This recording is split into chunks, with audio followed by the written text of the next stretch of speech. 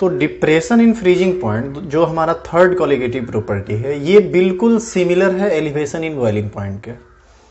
यदि आप elevation in boiling point बढ़िया से नहीं सीखे हैं तो आपको इसको समझने में बहुत ज़्यादा परेशानी होगी, और यदि आप बढ़िया से सीखे हुए हैं एलिवेशन इन बॉइलिंग पॉइंट यानी क्वथनांक कुंडन, तो आपको थोड़ा बहुत भी परेशानी इसमें नहीं होने वाला है, क्योंकि एग्जैक्टली सेम टॉपिक है, बस उल्टा बात है थोड़ा सा। तो इसको हम लोग समझते हैं। तो हिमांक का मनोमन डायरेक्ट आपको नहीं समझ में आएगा। इसमें सबसे पहले आपको समझना पड़ेगा कि हिमांक किसको कहते हैं। तो एक टर्म हम लोग यहां से पढ़ेंगे हिमांक, इसी को इंग्लिश में हम लोग बोलते हैं फ्रीजिंग पॉइंट। एफपी से इसको इंडिकेट करते हैं। बाद में इसका सिंबल जो है सो चेंज कर जाएगा, वहां पर हम इसको टीएफ या टी नॉट एफ, टीएफ या फिर टी नॉट एफ बोलेंगे। प्योर के लिए टी नॉट एफ और सॉल्यूशन के लिए टीएफ, तो उसका चर्चा हम बाद में करेंगे। सबसे पहले हम लोग ये सीखें कि ये फ्रीजिंग पॉइंट होता क्या है।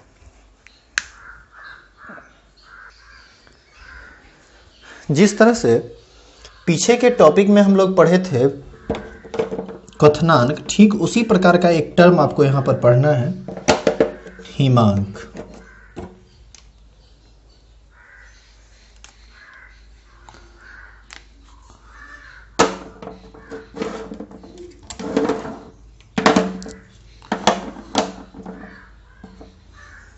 चलिए, तो अभी हम लोग पढ़ने वाले हैं हिमांक। अब देखिए हिमांक क्या होता है। हिमांक के बारे में आप लोग बचपन से पढ़े होंगे कि हिमांक एक टेम्परेचर होता है, हिमांक एक ताप होता है। यह कौन सा ताप होता है? यह वह ताप होता है जिस पर कोई द्रव ठोस में बदल जाता है, उसके ठोस अवस्था में बदल जाता है। तो ये डिफिनीशन भी सही है, ये गलत नहीं है, लेकिन इसको थोड़ा और बढ़िया से हम लोग अपने 12th स्टैंडर्ड पर इस चीज़ को समझेंगे कि हिमांक हम लोग किससे कहते हैं। तो हिमांक देखिए क्या है। अभी हम आपको एक छोटा सा एग्जाम्पल देके समझाते हैं कि हिमांक क्या है। जैसे हम लोग एक गिलास पानी लेते हैं और इस एक गिलास पानी को हम लोग फ्रीज में रख देते हैं। फ्रीज में रखने के बाद आप देखोगे कि 0 डिग्री सी पर पानी जमना स्टार्ट करता है, इसीलिए हम लोग पानी का फ्रीजिंग पॉइंट 0 डिग्री सी रटे हुए हैं। लेकिन 0 डिग्री सी पर एग्जैक्ट क्या होता है? आइस कन्वर्ट करता है वाटर में और वाटर कन्वर्ट करता है आइस में, और वहां पर ये रिवर्सिबल प्रोसेस होता है। और 0 डिग्री सी पर वाटर 2 स्टेट में रहता है, सॉलिड स्टेट में भी रहता है और लिक्विड स्टेट में भी रहता है। तो 0 से प्लस कर दोगे तो सारा का सारा आइस वाटर में कन्वर्ट कर जाएगा, और 0 से यदि माइनस कर दोगे तो सारा का सारा आइस, सारा का सारा वाटर जो है वह आइस में कन्वर्ट कर जाता है। मतलब 0 डिग्री सी पर पानी का कुछ भाग बर्फ रहता है और कुछ भाग वाटर मतलब जल अवस्था में, द्रव अवस्था में रहता है, एग्जैक्ट 0 डिग्री सी पर। और ये बर्फ पानी में बदलता रहता है और पानी बर्फ में बदलता रहता है। 0 डिग्री सी पर सारा का सारा पानी बर्फ में नहीं बदलेगा, उसका कुछ भाग बर्फ में बदल जाता है। 0 से और कम कर दोगे तब सारा का सारा पानी बर्फ में बदल जाएगा। तो एक्चुअल में हिमांक वह ताप होता है जिस पर किसी पदार्थ का द्रव अवस्था और ठोस अवस्था एक दूसरे के साथ एक ही बर्तन में साम्य अवस्था पर रहता है। साम्य अवस्था का मतलब होता है, 11th में आप ये टॉपिक पढ़े होंगे, 2 प्रोसेस एक साथ एक रेट से चलता रहता है। जैसे आइस से वाटर में और वाटर से आइस में बदलने का रेट समान रहता है, तो समय के साथ आइस के बाहर में किसी प्रकार का कोई परिवर्तन 0 डिग्री सी पर नहीं होता है वाटर के लिए, इसीलिए हम लोग वाटर का फ्रीजिंग पॉइंट 0 डिग्री सी रखते हैं। तो यदि आपसे अब कोई पूछे कि हिमांक क्या है, तो हिमांक को हम 2-3 तरह से परिभाषित करेंगे और सभी परिभाषा हम आपको एक एक करके लिखाएंगे। तो हिमांक क्या है? हम कहेंगे कि हिमांक वह ताप है जिस पर किसी पदार्थ का ठोस अवस्था तथा द्रव अवस्था एक साथ एक ही बर्तन में साम्य अवस्था पर रहता है। तो आप इसको लिख लेंगे, वह ताप जिस पर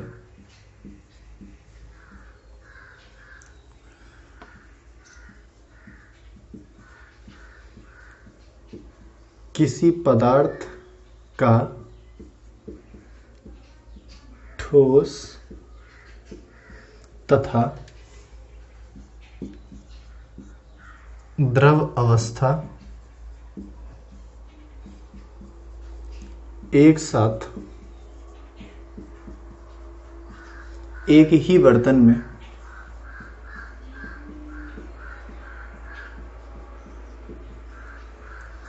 साम्यावस्था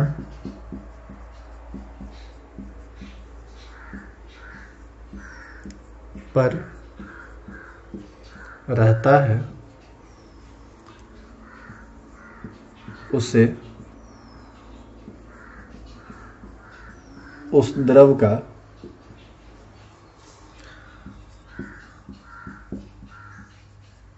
हिमांक कहते हैं। जैसे वाटर जब आप लेते हो तो वाटर का कुछ भाग किस में बदल जाता है, आइस में। ये आइस है और ये वाटर कन्वर्ट कर रहा है किस में, आइस में, और आइस कन्वर्ट कर रहा है वाटर में। और 0 डिग्री सी पर ये किस अवस्था में आ जाता है, इक्विलिब्रियम की अवस्था में, यानी rate of conversion of water into ice and conversion of ice into water, ये दोनों आपस में बराबर हो जाता है। तो वाटर का फ्रीजिंग पॉइंट हम लोग कितना रखते हैं, 0 डिग्री से। तो इसका ये एक डिफिनीशन हुआ।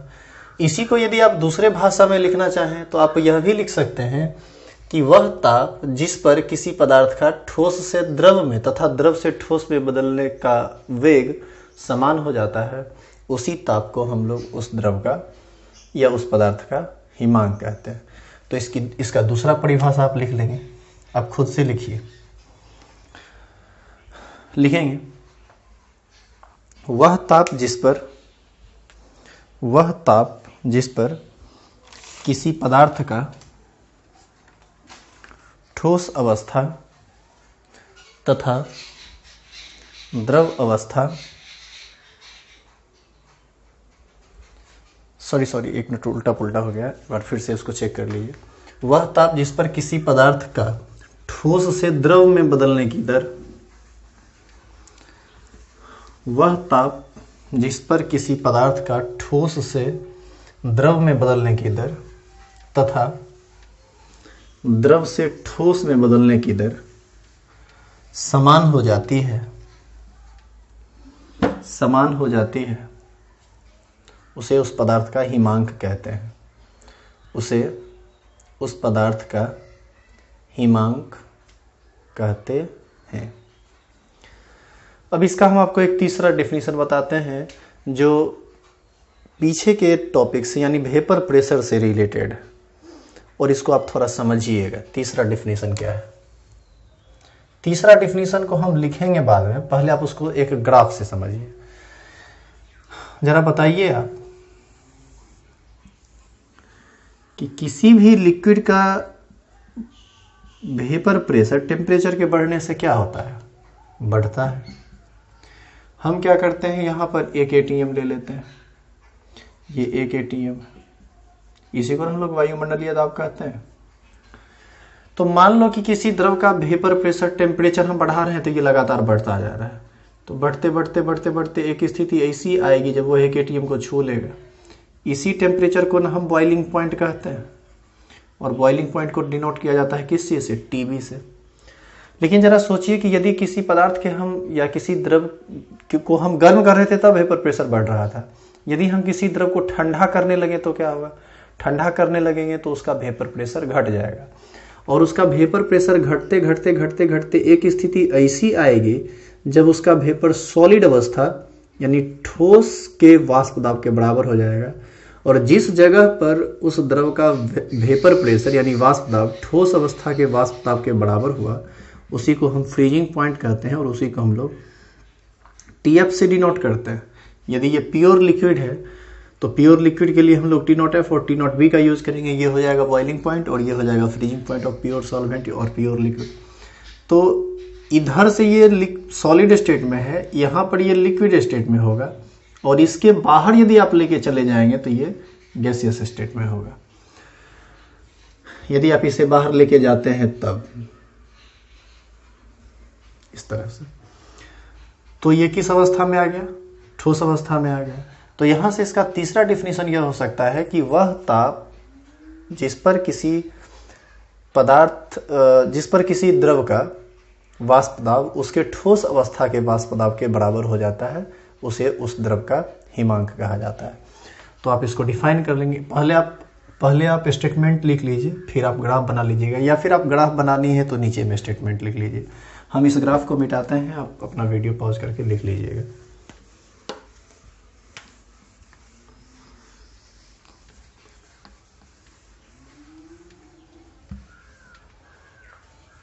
लिख लेंगे, वह ताप जिस पर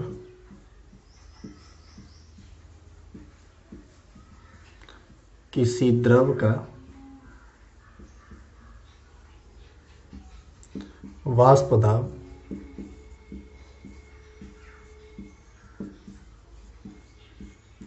उसके ठोस अवस्था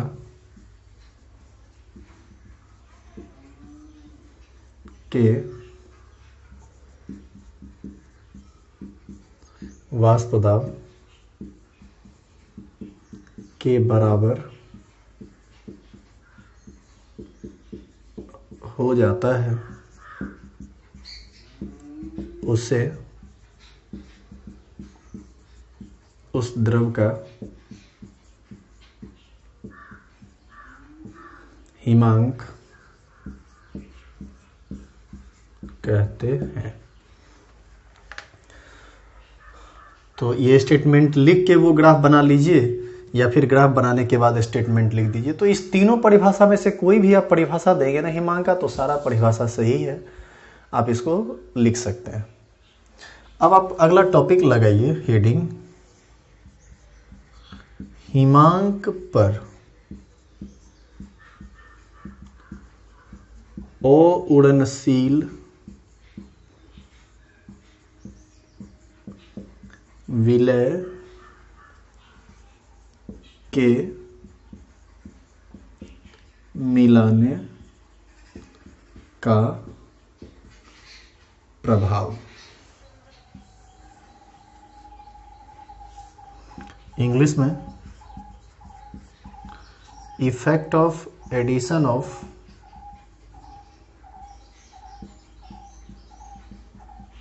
non volatile solute on freezing point। अब इस टॉपिक के अंतर्गत हम क्या समझेंगे, पहले आप इस बात को समझिए। जैसे पानी को जब आप फ्रीज करोगे ना, तो वो बर्फ में बदल जाता है 0 डिग्री सी पर। अब मान लीजिए कि पानी में यदि हम चीनी मिला के उसको घोल दें बढ़िया से, पूरा का पूरा चीनी घुल जाए, और अब हम यदि उसको ठंडा करके फ्रीज करना चाहें, यानी अब हम बर्फ बनाना चाहें, तो क्या वह बर्फ 0 डिग्री सी पर ही बनेगा, या 0 डिग्री सी से कम पर बनेगा, या फिर 0 डिग्री सी से ज़्यादा पर बनेगा? मतलब क्या कोई फर्क भी पड़ता है? यदि नहीं तो क्यों, और यदि हाँ तो कैसे? तो इन सभी तरह के बातों को आप इसी टॉपिक में समझेंगे। तो इसको हम ग्राफिकली आपको बताने का प्रयास करते हैं, उम्मीद करते हैं आपको समझ में आ जाएगा। पहले तो कुछ फिगर प्रैक्टिकल बात समझिए आप। देखो ऐसा है, हम एक बर्तन लिए, इसमें प्योर वाटर है। प्योर वाटर का मतलब प्योर सॉल्वेंट। अच्छा बताओ आप, इसके वेपर प्रेशर को हम लोग P0 कहेंगे ना। अब इसमें थोड़ा सा आप चीनी मिला दीजिए, अउड़नशील विलय है ये, तो ये बन जाएगा कौन चीज? विलियन।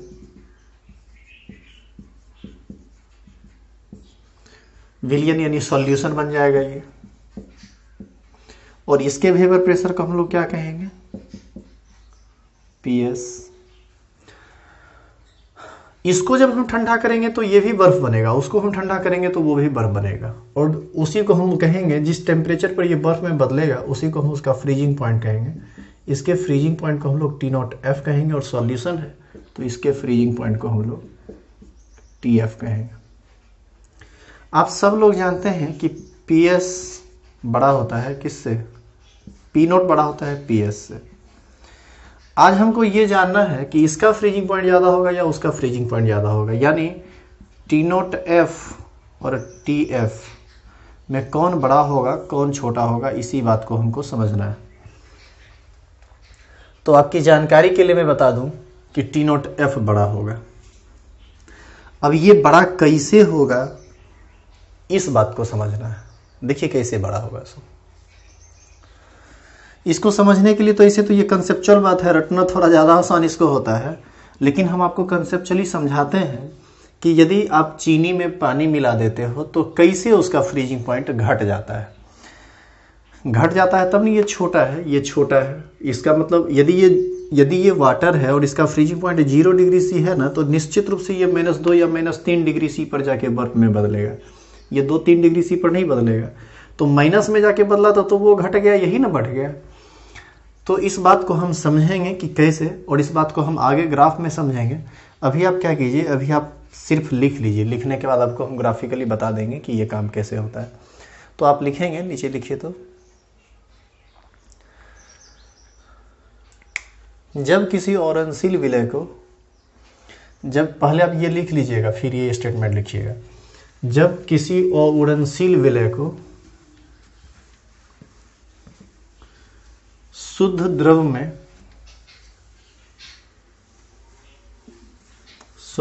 में मिलाया जाता है तो उसका हिमांक घट जाता है, अतः T F is smaller than T nought F. ये बात लिख लीजिएगा। यदि आपसे कोई पूछे टी एफ क्या है तो आप कहेंगे ये है freezing point of solution. Hindi में मैं यदि कहूँ तो ये होगा विलयन का हिमांक। और टी नॉट एफ क्या है? ये है freezing point of pure solvent, मतलब शुद्ध विलायक का हिमांक। अब ये कैसे हुआ है इसको हम एक ग्राफ के थ्रू आपको समझाते हैं।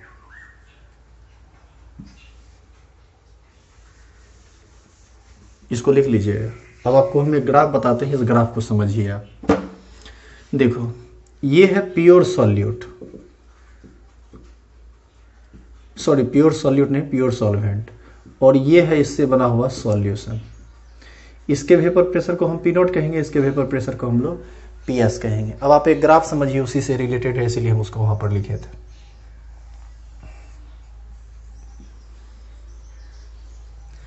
ये एक एटीएम, ठीक है।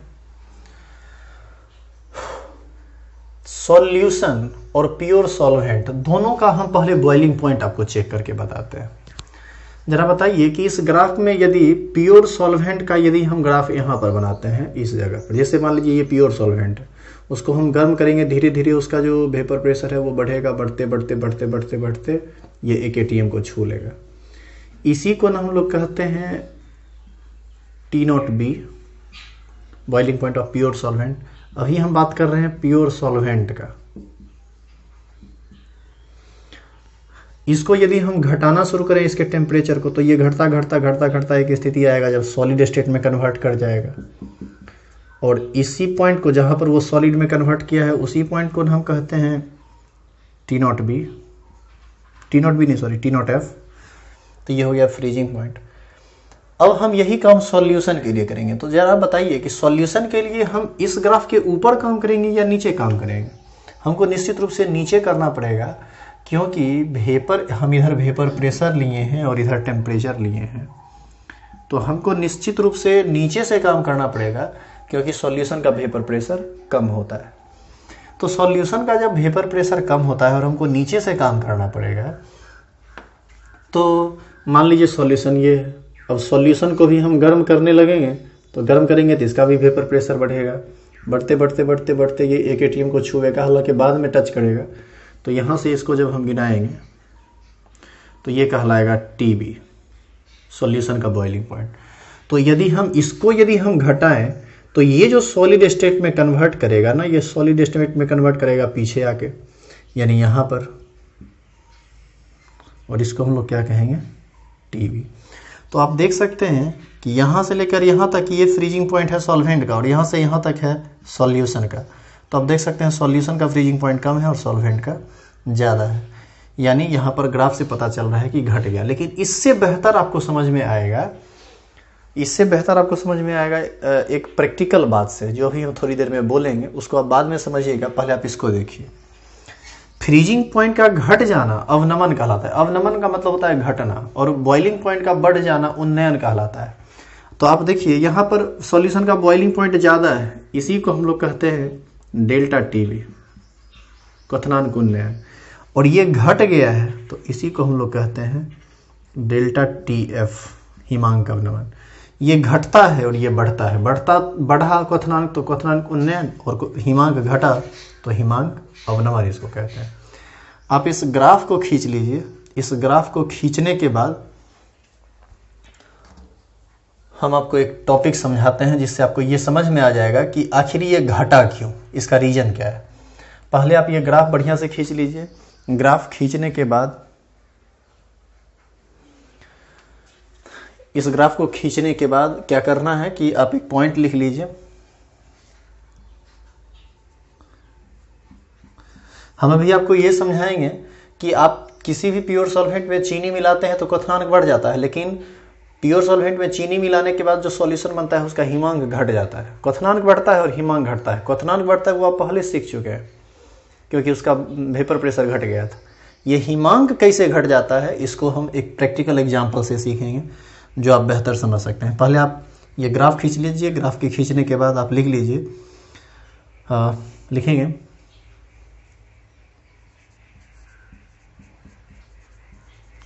शुद्ध विलायक, शुद्ध लगा दीजिए, शुद्ध विलायक का हिमांक, शुद्ध विलायक का हिमांक विलयन के हिमांक से, शुद्ध विलायक का हिमांक विलयन के हिमांक से हमेशा ज्यादा होता है, हमेशा ज्यादा होता है। That is T0F is greater than TF। इसको आप लिख लीजिए।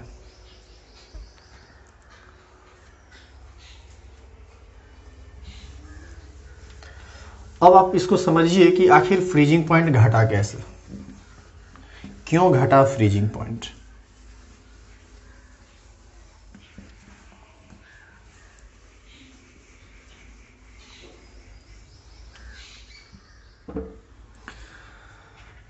मान लीजिए आप कि आप एक गिलास पानी लिए, फ्रीज में ले जाके इसको 0 डिग्री C पर रख दिए। 0 डिग्री C पर रखने के बाद ये थोड़ा सा बर्फ में बदल गया, तो ये क्या है, ये है आइस, बर्फ एट 0 डिग्री C। पानी का फ्रीजिंग पॉइंट 0 डिग्री C होता है। अब आप क्या कीजिए कि इसमें थोड़ा सा नमक मिलाइए या चीनी मिलाइए जो इसमें आके घुल जाए। हम इसमें चीनी मिला रहे हैं। अच्छा, चीनी मिलाने से पहले जिस रेट से ये वाटर है साइड में, ये वाटर कन्वर्ट कर रहा है आइस में और आइस कन्वर्ट कर रहा है वाटर में। समान रेट से आइस कन्वर्ट कर रहा है वाटर में और वाटर कन्वर्ट कर रहा है आइस में। एक्चुअल में फ्रीजिंग पॉइंट पर यही तो होता है। अब जैसे ही आप चीनी मिलाएंगे तो चीनी मिलाइएगा तो वो बर्फ में नहीं मिलेगा, वो सिर्फ पानी में जहां तहां मिलेगा। तो पानी में जहां तहां ये चीनी देखो मिलने लगा इस तरह से। तो जब चीनी मिलेगा तो चीनी क्या करेगा, आइस को भी चारों तरफ से घेरेगा। तो ऐसी स्थिति में वाटर का इसमें सटने का रेट, वाटर जो इसमें सट रहा था उसका रेट घट जाएगा, जबकि आइस से वाटर मॉलिक्यूल, आइस से H2O मॉलिक्यूल का बाहर निकालना जैसे पहले आसान था वैसे ही आसान है। इसका सीधा मतलब ये हुआ कि आइस से वाटर ये वाला रेट पर कोई फर्क नहीं पड़ेगा, लेकिन वाटर से आइस में बदलने के रेट पर असर पड़ेगा।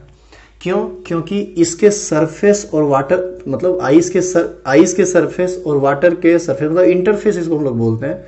यहां पर वाटर का ये शुगर का मॉलिक्यूल आ गया है, तो शुगर का मॉलिक्यूल क्या करेगा कि उस काम में थोड़ा सा बाधा डालेगा। क्योंकि देखो पहले क्या था ना कि आइस में जो H2O मॉलिक्यूल था और यहाँ वाटर में जो H2O मॉलिक्यूल था, इस दोनों के बीच कोई नहीं था, अब चीनी है। तो आइस से वाटर मॉलिक्यूल का वाटर में जाना आसान है, लेकिन वाटर से H2O मॉलिक्यूल का आइस में जाना थोड़ा कठिन है। तो ऐसी स्थिति में क्या होगा कि धीरे धीरे आइस का सारा मॉलिक्यूल पानी में आ जाएगा और ये टोटल का टोटल आइस पिघल के लिक्विड में कन्वर्ट कर जाएगा। हम चाहते हैं कि ऐसा नहीं हो, हम चाहते हैं कि एक बार फिर से आइस से वाटर और वाटर से आइस में बदलने का रेट समान रहे। तो उसके लिए हमको क्या करना पड़ेगा? उसके लिए आप एक काम कीजिए, इसका टेम्परेचर डिक्रीज कर दीजिए। जैसे ही आप टेम्परेचर डिक्रीज करोगे तो आइस से वाटर में बदलने का रेट अपने आप घट जाएगा। तो जैसे ही घटेगा तो एक बार फिर से इक्विलिब्रियम पर आ जाएगा। तो टेम्परेचर घटाने के बाद ना ये इक्विलिब्रियम को एस्टेब्लिश किया। इसका मतलब है कि ये -1 डिग्री सी या -2 डिग्री सी पर गया होगा। जितना ज़्यादा चीनी मिलाए होंगे उस हिसाब से ये घटा होगा। तो ऐसी स्थिति में हम कह सकते हैं कि पहले फ्रीजिंग पॉइंट 0 डिग्री सी था और अब दोबारा इक्विलिब्रियम एस्टेब्लिश करने के लिए टेम्परेचर को हमको घटाना पड़ा है, डिक्रीज करना पड़ा है। इसीलिए हिमांक में अवनमन हो गया होगा और इसी को हम जितना से वो घटेगा उसी को हम लोग हिमांक अवनमन कहते हैं। तो यही इसका रियल कंसेप्ट है। तो अभी आप सामने तो है नहीं कि हम आपको पूछें कि आपको क्या परेशानी हुई है, लेकिन उम्मीद करते हैं आपको ये बात समझ में आ जाएगा। और ये तब समझ में आएगा जब 11th का आप फिजिकल इक्विलिब्रियम पढ़े होंगे। यदि आप वो सब बात नहीं जानते हैं तब फिर ये समझ में नहीं आएगा। और दूसरी बात ये है ना कि यदि आप 11th का टॉपिक नहीं पढ़े हैं या नहीं जानते हैं तो सवाल ही नहीं पैदा होता है कि 12th में आप 100% चीज़ों को समझ सकें। इसीलिए 11th का टॉपिक क्लियर होना बहुत ज़्यादा ज़रूरी है।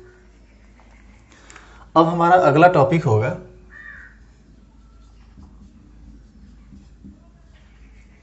हिमांक अवनमन। इसी को इंग्लिश में हम लोग डिप्रेशन इन फ्रीजिंग पॉइंट कहते हैं, पीछे लिखा जा चुका है। इसको डेल्टा TF द्वारा सूचित किया जाता है, हिमांक अवनमन। तो ये हिमांक अवनमन क्या होता है? आप पीछे देख चुके हैं कि जब शुद्ध विलायक में चीनी या फिर कोई अवरणशील विलाय मिलाते हैं तो हिमांक घट जाता है, उसी को हम लोग हिमांक अवनमन कहते हैं। तो यदि हम डेल्टा TF बराबर निकालें तो क्या निकलेगा? डेल्टा TF बराबर ये हो जाएगा T0F - TF। कहने का मतलब ये है कि कितना से घटा। पहले 0 डिग्री सी था, अब हो गया मान लीजिए -2। तो कितना डिग्री सी से घटा? 2 डिग्री सी से घटा। तो उसके लिए हम लोगों को क्या करना है, जो बड़ा है उसमें से छोटा को घटा दीजिए, अपने आप पता चल जाएगा कि कितना से घटा। तो इसका डिफिनीशन होगा, लिख लीजिए आप, शुद्ध विलायक के हिमांक, शुद्ध विलायक के हिमांक तथा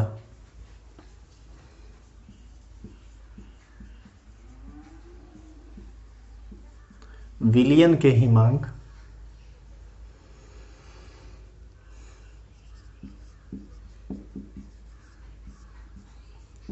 के अंतर को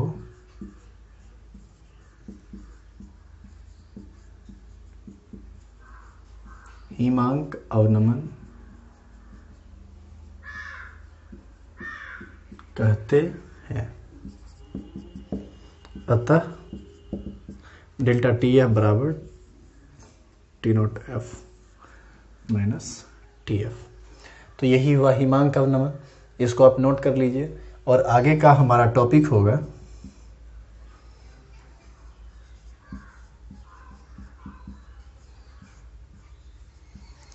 हिमांक अवनमन के लिए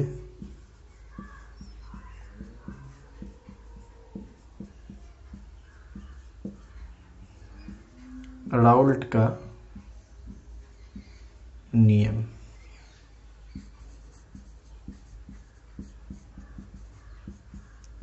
राउल्ट्स लॉ ऑफ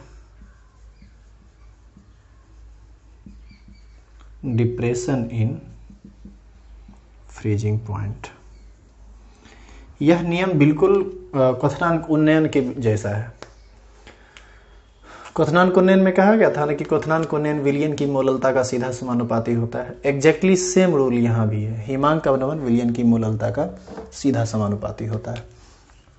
तो आप इस स्टेटमेंट को लिख लेंगे, लिखेंगे हिमांक अवनमन विलयन की मोललता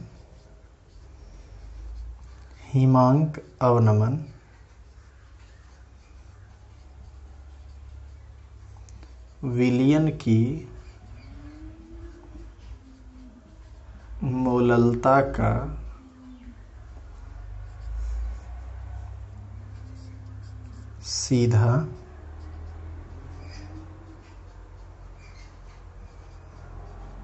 समानुपाती होता है। हिमांक अवनमन विलयन की मोललता का सीधा समानुपाती होता है। तो जब ये सीधा समानुपाती होता है तो हम यहाँ पर लिख सकते हैं डेल्टा टी एफ। अच्छा, हम इसको ऊपर लिखते हैं, यहाँ दिखाई नहीं देगा पीछे नीचे, फिर ऊपर लिख लिए होंगे तो हम इसको मिटा देते हैं। तो हम यहाँ से लिख सकते हैं delta T F is directly proportional to small m because molality is denoted by small m। तो डेल्टा टी एफ बराबर हो जाएगा, यहाँ पर एक कांस्टेंट के एफ आता है इंटू एम, जहाँ पर के एफ को हम लोग मोलल अवनमन स्थिरांक कहते हैं। इंग्लिश में इसी को मोलल डिप्रेशन कांस्टेंट कहते हैं।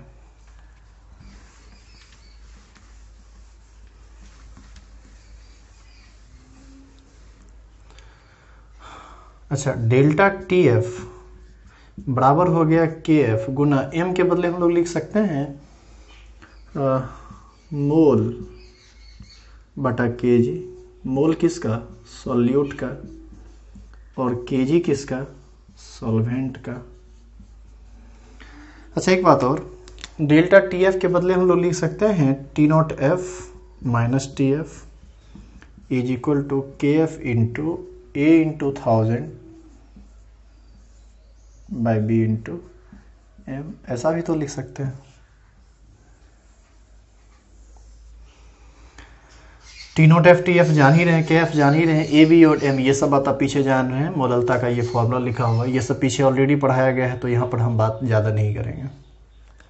अब पीछे का टॉपिक पलटिए, आपको अपने आप समझ में आ जाएगा कि यहाँ पर कैसे ये सब हुआ है।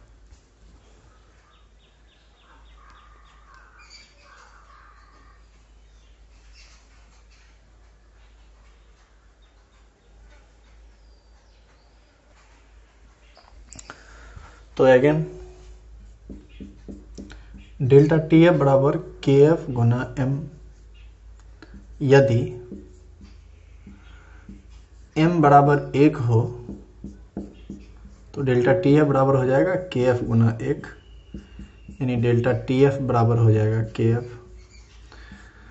इसका मतलब ये हुआ कि जो डेल्टा टी एफ है वही के एफ है, बशर्ते कि विलयन की मोललता कितनी हो? 1 हो। तो हम लोग लिख सकते हैं इसका परिभाषा, मोलल विलयन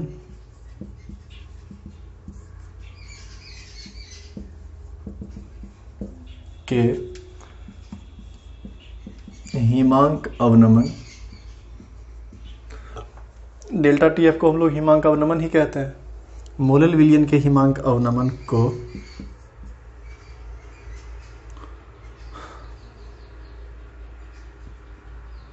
मोलल अवनमन स्थिरांक कहते हैं। मोलल अवनमन स्थिरांक कहते हैं। तो यहाँ से हम लोग के का परिभाषा भी लिख सकते हैं। आगे आइए, आगे और भी कुछ इंपॉर्टेंट बात है जिसको हम आपको बताते हैं। आगे लिख लीजिए यूनिट ऑफ के एफ। टेम्परेचर का डिफरेंस, टेम्परेचर होगा ये डिग्री सी या फिर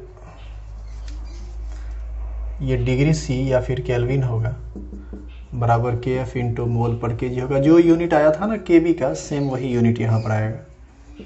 तो यहाँ से के एफ बराबर निकालोगे ना, तो ये तो या तो डिग्री सी के जी पर मोल आएगा, या फिर यही केल्विन के जी पर मोल आएगा।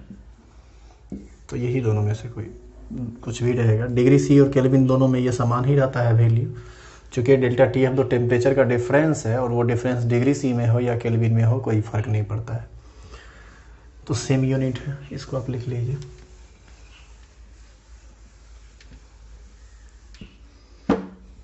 फिर अगेन लिखिए, again T nought F minus T F बराबर के एफ गुना ए गुना 1000 बटे बी गुना एम। हम यहाँ से इसको लिख सकते हैं माइनस टी एफ बराबर के एफ गुना ए गुना 1000 बटे बी गुना M minus T nought F. इस माइनस को इधर करें तो जो प्लस में है वो माइनस में बदल जाएगा, और जो माइनस में है वह प्लस में बदल जाएगा। Then this equation can also written as plus T naught F, right? तो इस तरह से हम लोग इसको लिख सकते हैं। अब आप एक चीज़ गौर कीजिए, T nought F freezing point है, एक कांस्टेंट टर्म है, के एफ एक कांस्टेंट टर्म है। यदि हम ए बी को भी कांस्टेंट कर दें तो एम और टी एफ के बीच कैसा संबंध है? सीधा संबंध है, चूंकि ये माइनस साइन सीधा कर देता है। तो हम 3 के साथ संबंध आपको बता देते हैं। T F is inversely proportional to A, जो ऊपर है उसके साथ उल्टा हो जाएगा, चूंकि ये माइनस लगा हुआ है उल्टा कर दे रहा है, और जो नीचे है उसके साथ सीधा। T F is directly proportional to A नहीं sorry B, and T F is directly proportional to molecular weight M. तो ये 3 बात यहाँ से उसी तरह से क्लियर होता है। जैसे वहाँ पर आप एक क्वेश्चन किए थे कि किस विलियन का हिमांक ज़्यादा होगा कम होगा, वहाँ पर क्वथनांक की बात किए थे, हम यहाँ पर हिमांक की बात करेंगे। तो हम एक क्वेश्चन आपको लिख के बताते हैं कि इसका क्या यूज आएगा। क्वेश्चन है, हम इंग्लिश में लिख देते हैं, which of the following solution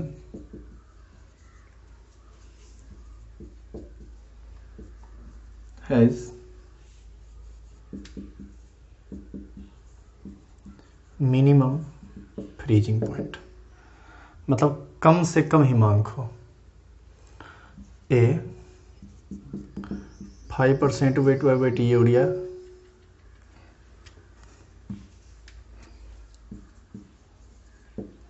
B 5% weight by weight glucose, C 5% weight by weight sugar, D all have same freezing point.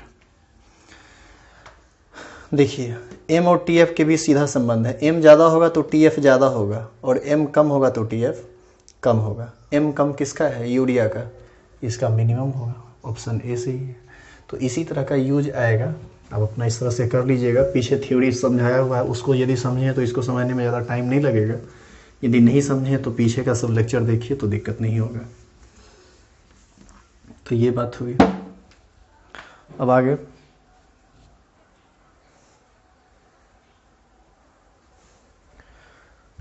आगे देखिए, आपको हम एक ग्राफ बताते हैं इसका। अगेन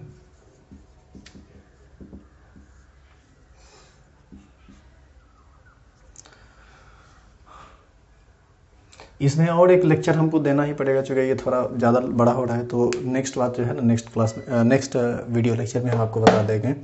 और वो वीडियो लेक्चर अभी तुरंत हम शूट कर देते हैं, चूँकि कुछ देर के बाद ये वीडियो कट हो जाएगा ऑटोमेटिक। बहुत बड़ा फाइल हो जाता है इस वजह से, इसीलिए इस वीडियो को हम यहाँ पर रोक रहे हैं। अगला वीडियो में देखिए इसको कैसे बनाया जाएगा।